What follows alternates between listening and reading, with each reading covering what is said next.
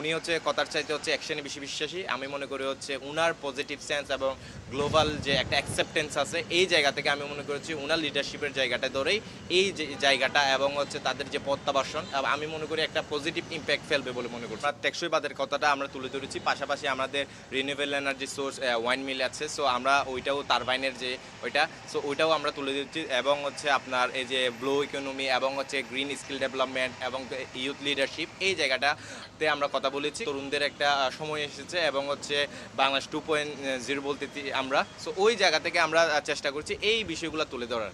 সম্প্রতি কক্সবাজার ভ্রমণ করেছেন জাতিসংঘের মহাসচিব অ্যান্তোনিও গুতেরেস এবং বাংলাদেশের প্রধান উপদেষ্টা ডক্টর মোহাম্মদ ইউনূস।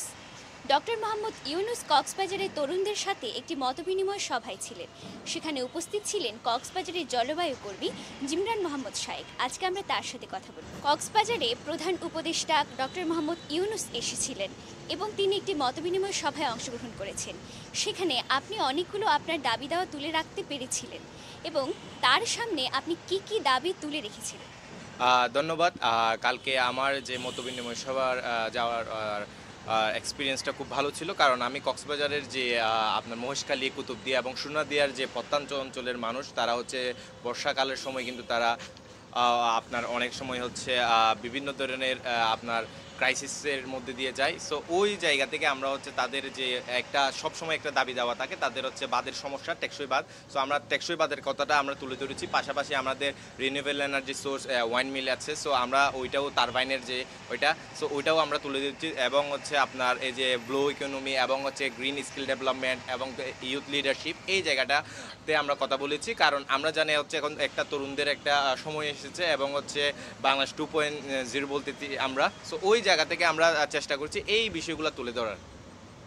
আচ্ছা, আপনি যে সকল বিষয় তুলে ধরেছেন বাংলাদেশের প্রধান উপদেষ্টার কাছে এবং তিনি এ বিষয়ে যেসব উত্তর দিয়েছেন, বাস্তবের সঙ্গে তার কতটুকু মিল রয়েছে এবং বাস্তবের সঙ্গে তার বলা উত্তরগুলোর কতটুকু মিল ভবিষ্যতে থাকতে পারে বলে ধারণা করছেন?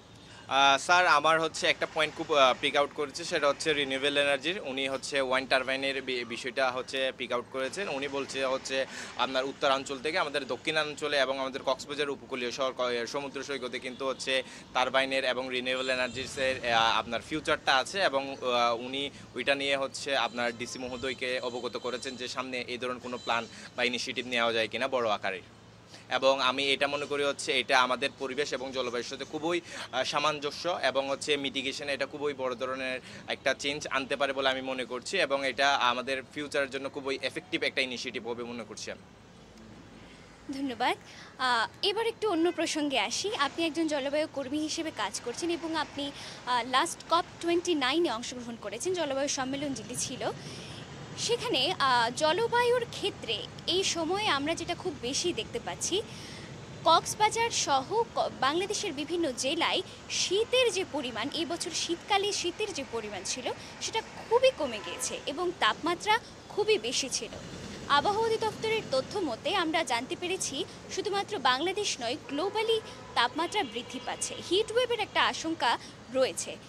এই যে হিটওয়েভের আশঙ্কা এবং জলবায়ু ভিত্তিক যে ধরনের ঝুঁকিগুলো আমরা আশঙ্কা করছি, বৃষ্টিপাতের সময় অধিক বৃষ্টিপাত এবং গ্রীষ্মকালে অধিক তাপমাত্রার কারণে যে তাপদাহ, সেটি এই ধরনের যে জলবায়ু ভিত্তিক দুর্যোগগুলো ঠেকাতে সরকারকে এই থেকে এখনকার সময় থেকে কী ধরনের পদক্ষেপ নেওয়া উচিত বলে আপনি মনে করছেন? আমি মনে করি হচ্ছে প্রথম যে বিষয়টা সেটা হচ্ছে পরিবেশ এবং জলবায়ু সম্পর্কে কিন্তু মানুষ তেমন একটা সচেতন নয় এবং হচ্ছে মানুষের পার্সোনাল ইনিশিয়েটিভের জায়গা থেকে আমি মনে করি হচ্ছে গভর্নমেন্টের একটা অ্যাপ্রোচ হতে পারে, এইটার অ্যাওয়ারনেসটা কীভাবে আরও বেশি বিল্ড আপ করতে পারে। পাশাপাশি সরকারের যে হিট ওয়েভ অ্যাকশন প্ল্যান ছিল গত বছর এবং হিট অফিসারও নিয়োগ দিয়েছিল, আমি মনে করি এই ধরনের কিছু ইনিশিয়েটিভ হতে পারে যেটা হিট অ্যাকশন প্ল্যান নামে এবং এটা কমিয়ে আসতে পারে। পাশাপাশি আমি মনে করি হচ্ছে যেসব উপকূলীয় অঞ্চল আছে, যে এলাকাগুলোতে হচ্ছে বাঁধের সমস্যা আছে, পানি অধিদপ্তর সহ নিয়ে পরিবেশ অধিদপ্তর সামঞ্জস্য যদি বিভিন্ন ইনিশিয়েটিভ নেয়, আমি মনে করি হচ্ছে এই সিম্পল কিছু ইনিশিয়েটিভের মাধ্যমেই বড় ধরনের একটা ইম্প্যাক্ট পড়বে বলে আমি মনে করছি। অনেক ধন্যবাদ। গতকালকে জাতিসংঘের মহাসচিব অ্যান্তোনিও গুতেরেস রোহিঙ্গা ক্যাম্পে 1 লাখ রোহিঙ্গাদের সাথে ইফতার করেছেন এবং একই সঙ্গে প্রধান উপদেষ্টাও ছিলেন। তারা দুজনেই রোহিঙ্গাদের সকলের সঙ্গে কথা বলেছেন। ডক্টর মোহাম্মদ ইউনূস কক্সবাজারের তরুণদের সাথে কথা বলেছেন। অ্যান্তনিও গুতেরেস জাতিসংঘের মহাসচিব রোহিঙ্গাদেরকে আশ্বাস দিয়েছেন যেন দ্রুত প্রত্যাবাসন হয়। তাদের সঙ্গে তিনি কথা বলেছেন, খুবই কাছ থেকে তাদের জীবনযাপনগুলো দেখেছেন। তিনি এসেছিলেন 7 বছর আগে এবং 7 বছর পরে তিনি আবার এসে রোহিঙ্গাদের বর্তমান অবস্থা দেখে গিয়েছেন। একই সঙ্গে ডক্টর মোহাম্মদ ইউনূস বলেছেন পরবর্তী ঈদ যেন রোহিঙ্গারা তাদের দেশে পালন করতে পারে। তো একজন বাংলাদেশের নাগরিক হিসেবে আপনার কি মনে হয়, প্রত্যাবাসন কি আসলেই হবে কিংবা হতে পারে কি? এবং যদি হয়ও, ডক্টর মোহাম্মদ ইউনূস এবং অ্যান্তনিও গুতেরেস যে ধরনের কথাগুলো বলেছেন রোহিঙ্গাদেরকে তাদের প্রত্যাবাসন হয়ে যাবে এবং তাদের সুষ্ঠু জীবনযাপন ব্যবস্থা তারা নিশ্চিত করবেন বলে জানিয়েছেন, কতটুকু বাস্তবায়িত হতে পারে বলে আপনার ধারণা?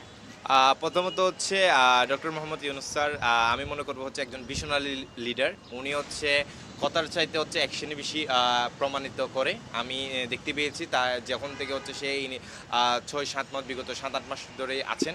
সো উনি হচ্ছে কথার চাইতে হচ্ছে অ্যাকশনে বেশি বিশ্বাসী। আমি মনে করি হচ্ছে উনার পজিটিভ সেন্স এবং গ্লোবাল যে একটা অ্যাকসেপ্টেন্স আছে, এই জায়গা থেকে আমি মনে করছি উনার লিডারশিপের জায়গাটা ধরেই এই যে জায়গাটা এবং হচ্ছে তাদের যে প্রত্যাবাসন, এটা হয়তো সামনের বছর যে একটা আশ্বাস দিয়েছে, হয়তো পুরোটাও প্রায় আমরা জানি হচ্ছে 10 লাখের প্লাস হচ্ছে আমরা রোহিঙ্গা আছে। সো ওই জায়গা থেকে আমি মনে করবো হচ্ছে পুরোটা না গেলেও যদি অ্যাটলিস্ট 6-7 লাখ মানুষ যদি প্রত্যাবাসন হয়, এটাও আমাদের যে আমরা একজন বাংলাদেশি নাগরিক হিসাবে এটা আমাদের জন্য পজিটিভ সেন্সে মেক করে। কারণ হচ্ছে আমরা জানি এই 60টা বছর কিন্তু আমাদের একটা বড় বোঝা হয়ে আছে তারা।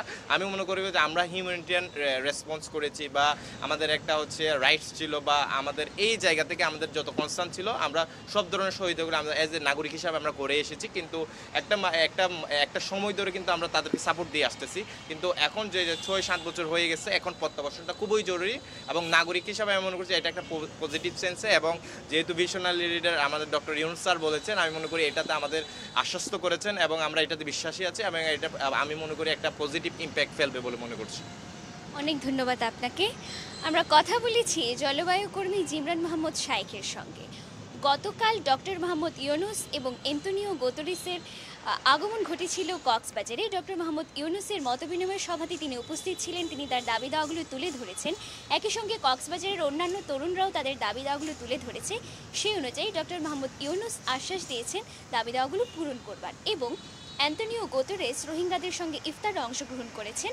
বাংলাদেশের প্রধান উপদেষ্টাও সেখানে ছিলেন এবং তারা রোহিঙ্গাদেরকে আশ্বাস দিয়েছেন দ্রুত প্রত্যাবাসন যেন হয়।